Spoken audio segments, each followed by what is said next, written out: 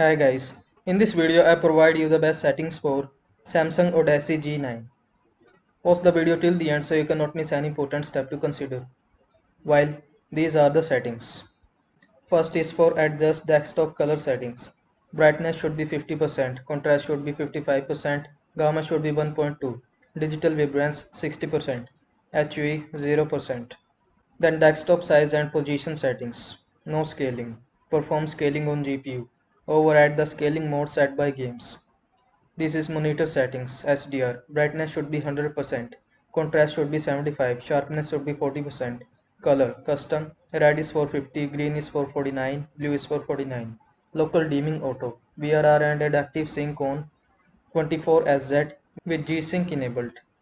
So, I hope this video was helpful to you. Make sure to like this video and subscribe to my channel for more this type of content. I'll see you in the next video. Thanks for watching.